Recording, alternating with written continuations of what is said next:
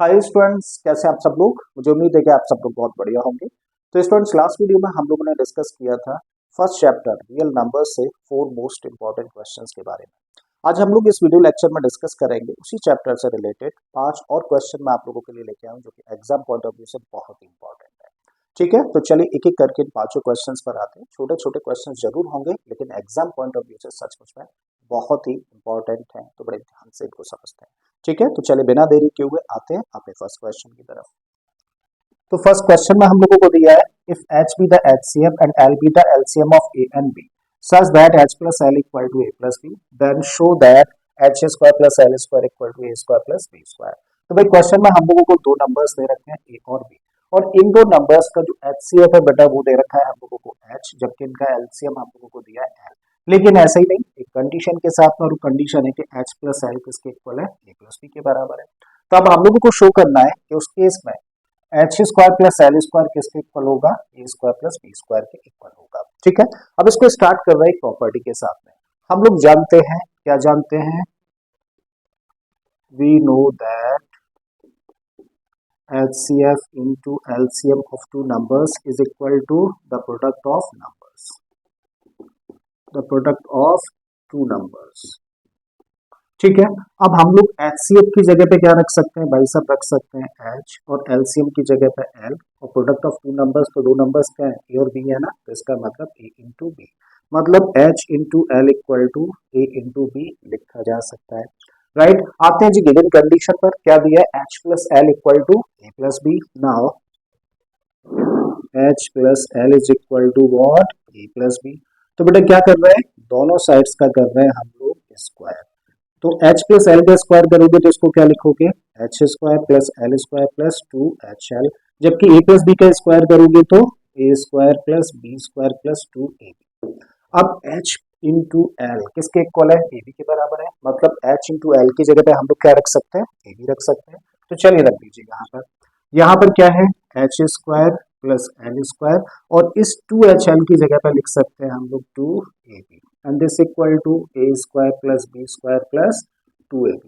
Equal के इधर भी देख रहे हैं 2ab है, इक्वल के इधर भी 2ab है, सो 2ab से 2ab कैंसिल हो गया। तो बचता क्या है भाई, तब बचता है यहाँ पर H square plus L square equal to A square plus B square, और यही फर्स्ट पार्ट में हम लोगों को करना था। ठीक है, अब नेक्स्ट क्वेश्चन में हम लोगों को दिया है if the LCM of two prime numbers a and b where a is greater than b is 253 then find the value of 8b minus 3। तो क्वेश्चन में देखिए हम लोगों को यहाँ पर दो नंबर्स दे रखे हैं a और b, दोनों ही कैसे नंबर्स हैं बेटा, प्राइम नंबर्स हैं, जहाँ पे a b से बड़ा है, ऐसा क्वेश्चन की कंडीशन है।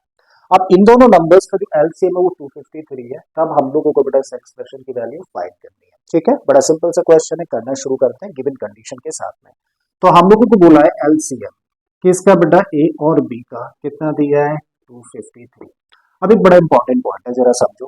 कभी भी जब दो नंबर्स हम लोगों को दे दिए जाए और दोनों नंबर्स अगर प्राइम है, तो दो प्राइम नंबर्स या फिर दो को प्राइम नंबर्स का एलसीएम हमेशा उन दोनों नंबर्स का प्रोडक्ट होता है। ठीक है, तो भाई हम लोगों को एलसीएम अगर फाइंड करना है ए और बी का, तो हमारे अकॉर्डिंग क्या होना चाहिए, क्योंकि ए और बी कैसे नंबर्स हैं, प्राइम नंबर्स हैं, तो भाई इनका एलसीएम होगा इन दोनों का प्रोडक्ट यानी कि ए बी।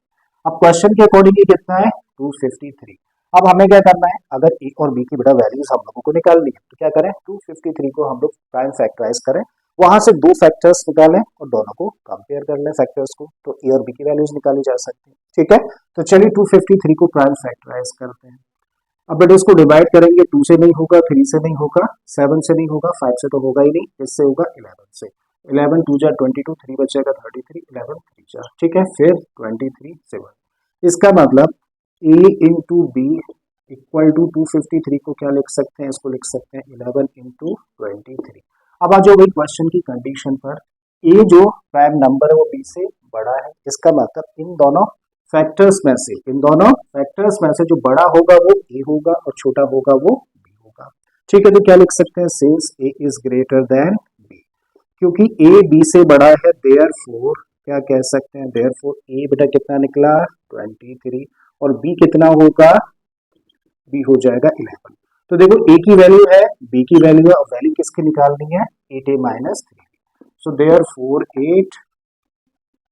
8b माइनस 3 है, तो 8b माइनस 3 है। ठीक है, सो 8 बी की जगह पे क्या रखोगे 11 रखा है 11 माइनस 3 ए की जगह पे बेटा क्या रखना है 23 करो जी सिंप्लीफाई तो 88 माइनस ये कितना हो गया 69 अब 8 में से 9 जाएगा तो 9 बचेगा ठीक है यहाँ पे 7 में से गया तो 1 इसका मतलब क्या आंसर आ जाता है 19 ठीक है तो इस सेकंड पार्ट का आंसर हो जाता है। अब बेटा जो अगला क्वेश्चन हम लोग सॉल्व करने जा रहे हैं बहुत इंपॉर्टेंट क्वेश्चन है बड़े ध्यान से समझते हैं। इस क्वेश्चन में हम लोगों को दिया है find the least square number which is exactly divisible by each of the numbers 6 9 15 and 20। तो क्वेश्चन हम लोगों से कह रहा है कि वो छोटे से छोटा नंबर क्या होगा जो कि पहली चीज क्या है कि वो कैसा नंबर होना चाहिए स्क्वायर नंबर। अच्छा स्क्वायर नंबर कहने का मतलब क्या है परफेक्ट स्क्वायर होना चाहिए और दूसरी कंडीशन है कि बेटा 6 9 15 और 20 से वो डिविजिबल होना चाहिए। तो बेटा दो क्वेश्चन में कंडीशन हम लोगों को दे रखी है एक ऐसा नंबर हम लोगों को फाइंड करना है जो कि सबसे छोटा हो साथ में वो परफेक्ट स्क्वायर हो और बेटा इन चारों नंबर से डिवाइड हो जाए ठीक है। तो चलिए करना स्टार्ट करते हैं और यहाँ पे जब हम लोग करने के लिए आए तो बेटा सबसे पहले हम लोगों ने देखा यहाँ पे एक वर्ड लिस्ट कभी भी जब हम लोगों को क्वेश्चन में लीस्ट लिखा दिख जाए मिनिमम लिखा दिख जाए लोएस्ट लिखा दिख जाए तो इसका मतलब वो केस किसका होता है वो केस होता है एलसीएम का। तो एक चीज हम लोगों को समझ आ गई कि केस किसका है एलसीएम का मतलब अगर हम लोगों को वो नंबर फाइंड करना है जो कि इन नंबर से डिवाइड हो जाए तो हम लोग बेसिकली क्या करें इन चारों नंबर्स का बेटा निकालते हैं एलसीएम और जो एलसीएम होगा वो इन सारे के सारे नंबर से डिवाइड हो जाएगा। स्क्वायर वाली जो कंडीशन है इसको बाद में टैकल करेंगे पहले वो नंबर फाइंड करते हैं जो कि इन चारों नंबर्स से डिवाइड हो जाएगा ठीक है। तो उसके लिए बेटा हम लोग एलसीएम फाइंड कर रहे हैं तो इसको करें प्राइम फैक्टराइज 6 को प्राइम फैक्टराइज करेंगे तो इसको लिखेंगे 2 की पावर 1 इंटू 3 की पावर 1। अच्छा 9 को प्राइम फैक्टराइज करेंगे तो इसको लिखेंगे 2 की पावर 2। 15 को प्राइम फैक्टराइज करें तो इसको लिखेंगे 3 की पावर 1 इंटू 5 की पावर 1। वहीं 20 को जब हम लोग प्राइम फैक्टराइज करें तो ये होगा 2 की पावर 2 इंटू 5 की पावर 1। अब हमें क्या करना है बेटा एलसीएम फाइंड करना है किस किस का 6 9 15 और 20 का। और जब हम लोग एलसीएम फाइंड करते हैं तो एलसीएम के केस में बेटा क्या करते हैं जितने भी प्राइम फैक्टर्स हैं क्या बोला जितने भी प्राइम फैक्टर्स हैं उन प्राइम फैक्टर्स की जो सबसे बड़ी पावर वाला टर्म है उसको प्रोडक्ट की फॉर्म में लिखते जाते हैं। तो प्राइम फैक्टर्स क्या क्या देख रहे हैं 2 है 3 है 5 है 3 है ना। अब इनमें बेटा इन नंबर्स के सबसे बड़ी पावर वाले टर्म्स को मल्टीप्लिकेशन की फॉर्म में लिखते जाएंगे तो 2 की पावर 1 और 2 की पावर 2 बड़ी पावर वाला कौन है 2 की पावर 2 लिखो जी। यहाँ पे 3 की पावर 1 3 की पावर 2 3 की पावर 1 बड़ी पावर वाला 3 की पावर 2 है। यहाँ पे 5 की पावर 1 है तो 2 की पावर 2 का मतलब 2 की पावर 2 का मतलब हुआ बेटा 4 3 की पावर 2 का मतलब 9 तो ये हुआ 4 इंटू 9 इंटू 5 तो कितना बन जाएगा 4 पंजे 20 निम्मा 180। इसका मतलब अगर क्वेश्चन में ये कंडीशन ना होती कि नंबर कैसा होना चाहिए स्क्वायर नंबर होना चाहिए तो फिर हम लोगों का आंसर क्या हो जाता तो फिर ऐसे केस में हम लोगों का आंसर होता 180 कि 180 वो नंबर होगा जो कि इन चारों नंबर से डिवाइड हो जाएगा ठीक है। अब लेकिन इस कंडीशन को भी बेटा सेटिस्फाई करना है तो चलिए आ जाइए बेटा 180 को प्राइम फैक्टराइज करके क्या लिख सकते हो देखो यही चीज लिख सकते हो ठीक है। तो यहाँ पे लिखोगे 2 की पावर 2 का मतलब 2 इंटू 2 3 की पावर 2 का मतलब 3 इंटू 3 और 5 की पावर 1 का मतलब 5। हम लोग जानते हैं कि कोई भी नंबर जो परफेक्ट स्क्वायर होता है तो जब उसको बेटा प्राइम फैक्टराइज किया जाता है तो उसके जो प्राइम फैक्टर्स निकल के आते हैं वो हमेशा पेयर में होते हैं। तो यहाँ पे हम लोग देखें 180 के जो फैक्टर्स हैं उन फैक्टर्स में बेटा 2 का पेयर है 3 का पेयर है अच्छा किसका पेयर नहीं है 5 का पेयर नहीं है। इसका मतलब इस नंबर 180 को अगर परफेक्ट स्क्वायर बनना है तो एक बेटा 5 और होना चाहिए ठीक है। इसका मतलब इसको परफेक्ट स्क्वायर बनाने के लिए क्योंकि 5 का पेयर नहीं बन रहा है एक 5 और होना चाहिए तो किससे मल्टीप्लाई करना चाहिए इसको परफेक्ट स्क्वायर बनाने के लिए 5 से कर देते हैं। So therefore the required number B क्या होगा 180 इंटू 5 और 180 इंटू 5 का मतलब क्या हुआ 900 ठीक है। तो इसका मतलब 900 वो सबसे छोटा नंबर है जो कि परफेक्ट स्क्वायर होगा और साथ में इन चारों नंबर से बेटा डिविजिबल होगा ठीक है। आगे समझ आ गया चलिए अगले क्वेश्चन पर आ जाते हैं। अब बेटा जो अगला क्वेश्चन है इसमें हम लोगों को दिया है show that 11 into 13 into 17 into 19 into 23 into 29 plus 46 is a composite number. वैसे ऐसा क्वेश्चन हम लोगों को एनसीईआरटी में भी दे रखा है बट वहाँ पे नंबर्स छोटे छोटे हैं तो इजीली टैकल हो जाते हैं। अब बेटा जब नंबर्स इस तरीके से बड़े बड़े दे रखे हो तो कैसे इस क्वेश्चन को हम लोग सॉल्व करें वो चीज अब हम लोग सीखने जा रहे हैं ठीक है बहुत इंपॉर्टेंट क्वेश्चन। तो भाई हम लोगों को यहाँ पर एक नंबर दे रखा है और हमें शो करना है कि जो दिया गया नंबर है वो कैसा नंबर है, कॉम्पोजिट नंबर है। अब जब इसको कॉम्पोजिट प्रूव करना है तो बेटा हमें पता होना चाहिए कॉम्पोजिट नंबर्स बोलते हैं किसको है। तो भाई कॉम्पोजिट नंबर्स ऐसे नंबर्स होते हैं जिनके की कम से कम 3 फैक्टर्स हो, ज्यादा कितने भी हो मतलब नहीं। बट अगर हम लोग ये शो कर दें कि किसी भी नंबर में कम से कम कितने फैक्टर्स हैं, 3 फैक्टर्स हैं, तो इतना काफी होगा किसी भी नंबर को कॉम्पोजिट कहने के लिए। ठीक है, तो अभी हम लोग क्या करने जा रहे हैं, इस दिए गए नंबर में कम से कम 3 फैक्टर्स हैं ऐसा हम लोग शो करने जा रहे हैं, और इतना जितना जैसे ही शो कर देंगे तो इसका मतलब ये नंबर कॉम्पोजिट बन जाएगा। ठीक है, चलिए करना स्टार्ट करते हैं, कैसे करेंगे। सबसे पहले एक बार लिख लो, तो 11 इंटू 13 इंटू 17 इंटू 19 इंटू 23 लिखा है, इंटू 29 है, और यहाँ पे बेटा 46 लिखा है। अच्छा, इस 46 को देखें तो बाकी तो सारे के सारे नंबर्स कैसे हैं, प्राइम। 46 प्राइम नहीं है, इसको फैक्टराइज किया जा सकता है। इसको फैक्टराइज करके क्या लिख सकते हो, 2 इंटू 23। अब जरा बताओ बेटा इस दिए गए नंबर में कितने टर्म्स हैं। यहाँ पे हम लोग देखें तो एक टर्म तो ये है और एक टर्म ये है, और इन दोनों ही टर्म्स में हम लोग देख रहे हैं क्या कॉमन है, 23 कॉमन है। तो क्या लिख सकते हो, सो दिस इक्वल टू, हम लोगों ने 23 कॉमन ले लिया। जब 23 कॉमन ले लिया तो बेटा इस नंबर को बाकी के इस फैक्टर के अलावा जो बचते हैं ऐसे ही लिख दो। तो क्या बचता है, 11 into 13 into 17 into 19 into 29, plus का साइन है रखो। अच्छा, 23 तो बेटा बाहर रख दिया, बचेगा क्या, यहाँ पे 2 बचेगा। ठीक है, अब आपको पता है यहाँ पे इस चीज को सिंप्लीफाई करने की जरूरत नहीं है। आप क्या करोगे, इसको लिखोगे 23 इंटू, इसकी जगह पे कोई भी इंटीजर मान लो क्यू। ठीक है, जहां पे क्या लिखोगे, where Q equal to 11 into 13 into 17 into 19 into 29 plus 2।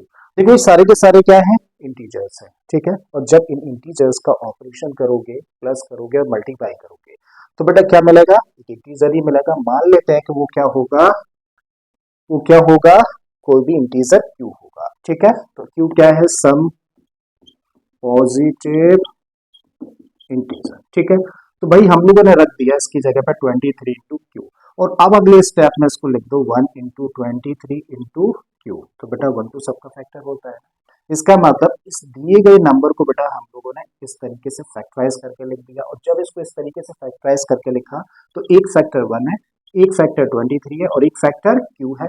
कोई भी नंबर हो सकता है क्यू, बट 3 फैक्टर्स हम लोगों ने कम से कम शो कर दिए ना, इसका मतलब ये नंबर कैसा बन गया, कॉम्पोजिट नंबर बन जाता है। लिखोगे क्या, since here are at least 3 factors of the given number, therefore the given number is a composite number। ठीक है, यही चीज बेटा हम लोगों को शो करनी थी। अब बेटा पांचवा और आखिरी क्वेश्चन इस सेशन का बड़ा इंपॉर्टेंट है, इसको बड़े ध्यान से समझते हैं। इसमें दिया हम लोगों को 3 sets of English, maths and science books containing 336, 240 and 96 books respectively have to be stacked in such a way that all the books are stored subject wise and the number of books in each stack are same. Then find the number of books in each stack and number of stacks. तो question में हम लोगों को बोला है कि भाई 3 subjects की बुक है। कौन कौन से सब्जेक्ट्स, इंग्लिश, मैथ्स और साइंस। अच्छा, इंग्लिश की 336 बुक्स है, मैथ्स की 240 है, जबकि साइंस की बेटा 96 बुक्स है। अब इन बुक्स को बेटा स्टैक्स में रखना है, स्टैक्स का मतलब इनके बंडल्स बनाने हैं। अब बंडल बनाते हुए कंडीशन क्या है, हर बंडल के अंदर बेटा पहले तो बुक्स को रखना है टॉपिक वाइज। ठीक है, यानी कि अगर साइंस की बुक है तो साइंस वाले बंडल में ही होंगे, मैथ्स की बेटा मैथ्स वाले में ही होंगे। फिर दूसरी कंडीशन है कि भाई जितने भी बंडल्स होंगे सबके अंदर इक्वल नंबर ऑफ बुक्स रखी जाएंगी। तो बताइए ऐसे कितने बंडल्स तैयार होंगे और हर एक बंडल में कितनी बुक्स होंगी। तो 2 चीजें हम लोगों को फाइंड करनी है। पहली चीज हम लोगों को फाइंड करनी है कि हर एक बंडल में कितनी कितनी बुक्स रखी जानी चाहिए, जिससे कि सारी की सारी बुक्स एडजस्ट हो सके। और दूसरी चीज हम लोगों को बतानी है कि ऐसे कितने बंडल्स बनाने पड़ेंगे जिससे कि इस तरीके का अरेंजमेंट तैयार किया जा सके। ठीक है, तो चलिए आते हैं वापस क्वेश्चन पर। सबसे पहले बेटा जो सब्जेक्ट वाइज हम लोगों को बुक्स दे रखी है ना, एक बार लिख लेते हैं। सो हम लोगों को दिया है नंबर ऑफ बुक्स ऑफ, पहला सब्जेक्ट है इंग्लिश। सो बेटा इंग्लिश की कितनी बुक्स हम लोगों को दे रखी है, 336। वही मैथ्स की हम लोगों को दी है, मैथ्स की बुक्स हैं बेटा 240, और तीसरा सब्जेक्ट है साइंस, और साइंस की बुक्स हम लोगों को दे रखी है 96। अब बेटा 336 बुक्स इंग्लिश की हैं, 240 मैथ्स की हैं, जबकि 96 साइंस की हैं।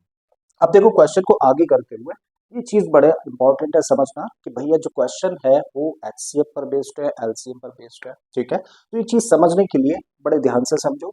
भाई जब इंग्लिश की 336 बुक्स हैं, मैथ्स की 240 बुक्स हैं और साइंस की बेटा 96 बुक्स हैं, तो हर एक बंडल में जो बुक्स रखी जाएंगी कि क्या इन नंबर से ज्यादा हो सकती है।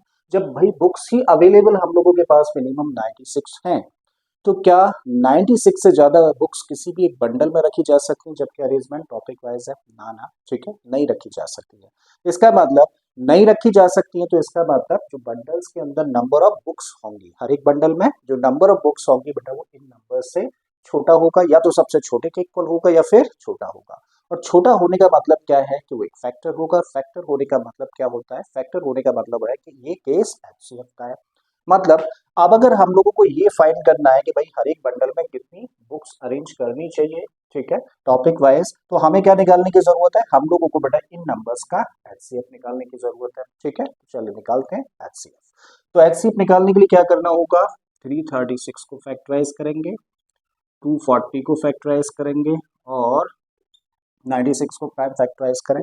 तो बेटा जब 336 को प्राइम फैक्टराइज करोगे तो 2 से डिवाइड हो जाएगा, 2 1 जा 2, 2 6 जा 2 8 जा, अगेन 2 से 8 4, 2 से करोगे 4 2 हो जाएगा, 2 से करोगे 2 1, 3 से करोगे 7 और 7 से करोगे 1। इसका मतलब 2 आया देखो 5 टाइम्स, तो इसको फैक्टराइज करके क्या लिख सकते हो? 2 की पावर 5, 3 एक ही बार है तो 3 की पावर 1, 7 भी एक ही बार है, ठीक है। आ जाओ जी 240 पर। 240 को प्राइम फैक्टराइज करें तो 2 से करेंगे तो 120, 2 से किया तो 60, 2 से फिर से करोगे तो 30, 2 से करने पर मिलेगा 15, 3 से होगा फिर और फिर हो जाएगा 5 से। इसका मतलब इसको हम लोग लिख सकते हैं 2 की पावर 4 इंटू 3 की पावर 1 इंटू 5 की पावर 1। चलो इसको अलग लिख देते हैं, 5 की पावर 1। अगला नंबर बेटा 96 है, इसको भी हम लोग प्राइम फैक्टराइज करें तो देखो 2 से डिवाइड हो जाएगा, 2 4 जा 2 8 जा, 2 से करोगे 24, 2 से करने पे 12, 2 से किया 6, 2 से करेंगे 3 और 3 से करेंगे तो 1। मतलब 2 की पावर 5 और 3 की पावर 1, तो 2 की पावर 5, 3 की पावर 1। अब हमें क्या करना है बेटा? इन दिए गए तीन नंबर्स का एचसीएफ हम लोगों को फाइंड करना है। तो जब एचसीएफ फाइंड करते हैं तो हम लोग क्या देखते हैं भाई? जितने भी नंबर्स है ना उनके कॉमन फैक्टर्स यानी कि कॉमन प्राइम फैक्टर्स, और उन कॉमन प्राइम फैक्टर्स में से जो छोटी पावर वाला टर्म होता है उसी को बेटा मल्टीप्लिकेशन के फॉर्म में लिखते जाते हैं। तो भाई कॉमन में क्या दिख रहा है? देखो 2 एज अ प्राइम फैक्टर और 3 एज अ प्राइम फैक्टर हम लोगों को कॉमन दिख रहा है, जो कि तीनों नंबर्स में है। अब हम लोग क्या करेंगे? इन कॉमन फैक्टर्स में से जो सबसे छोटी पावर वाला है ना वो लिखो। तो भाई एचसीएफ निकाल रहे हैं किस किस का? 336 कॉमा 240 96 का। तो बेटा छोटी पावर वाला कौन सा है? 2 की पावर 4, और यहाँ तो तीनों इक्वल है तो इसका मतलब 3 की पावर 1, और 2 की पावर 4 का मतलब हुआ बेटा 16, 2 2 जा 4 2 जा 16 और 3, तो ये बन गया 48। इसका मतलब हर एक बंडल में कितनी बुक्स रखी जानी है? हर एक बंडल में बेटा होनी चाहिए 48 बुक्स। तो एक चीज हम लोगों ने फाइंड कर ली, इस चीज को चलिए मेंशन करते हैं। Therefore, number of books in each stack equal to 48, और ये हुआ देखो पहला आंसर। अब हमें क्या फाइंड करना है? हमें एक चीज और फाइंड करनी है कि भाई साहब अगर 48 बुक्स रखी जानी है हर एक बंडल में, तो कितने बंडल्स इस अरेंजमेंट के लिए काफी होंगे, ठीक है। अब देखो नंबर ऑफ बंडल्स हम लोगों को निकालने हैं। So number of stacks for कौन सा सब्जेक्ट है? पहला इंग्लिश। बेटा इंग्लिश देखो हर एक बंडल में 48 बुक्स है, और कितनी बुक्स को अरेंज किया जाना है? इंग्लिश के कुल मिला के 336 बुक्स है। तो भाई 336 बुक्स के 48 करके कितने बंडल्स तैयार किए जा सकते हैं? उसके लिए क्या करें? 336 को डिवाइड करते हैं 48 से। तो बेटा जब 336 को 48 से डिवाइड करोगे तो 7 स्टैक्स आ जाएगा, ठीक है। बिल्कुल इसी तरीके से number of stacks for maths. अच्छा मैथ्स की कितनी बुक है? मैथ्स की बेटा 240 बुक्स है, तो यहाँ पे कितने बंडल्स बनेंगे? 240 अपॉन 48 5, तो 5 आ जाएगा, 5 स्टैक्स यहाँ पर हुए। और नंबर ऑफ स्टैक्स फॉर क्या है? साइंस, और साइंस की बुक्स है बेटा 96, तो 96 अपॉन 48 का मतलब हुआ 2 स्टैक्स। ठीक है, तो अब हम लोगों ने पता किया कि भाई मैथ्स की बुक्स के लिए कितने स्टैक्स होंगे। ठीक है, मैथ्स की ये रहा सर, इंग्लिश की कितने होंगे और साइंस की कितने होंगे, बट क्वेश्चन कह रहा है कि टोटल कितने बंडल्स होंगे, तो टोटल के लिए क्या करें, सबको प्लस कर दें। So therefore total number of stacks equal to, बेटा करो प्लस 7 प्लस 5 प्लस 2, तो कितना आ गया 14 स्टैक्स। और ये हो गया बेटा आंसर नेक्स्ट पार्ट का इसी के। ठीक है, तो आई होप कि आप लोगों को पांचों ही क्वेश्चंस अच्छे से समझ आ गए होंगे। अगर ऐसा है तो प्लीज वीडियो को लाइक कर दें, चैनल को सब्सक्राइब कर लें, और बाकी इसी तरीके के क्वेश्चंस के लिए प्लेलिस्ट में चले जाइए। ऑलरेडी बहुत सारे क्वेश्चंस हैं जो आपका वेट कर रहे हैं और आपके एग्जाम पॉइंट ऑफ व्यू से बहुत इंपॉर्टेंट है। ठीक है, चलिए मैं फिर से आता हूँ एक और इसी तरीके की वीडियो के साथ में। Till then keep learning, thank you for watching this video.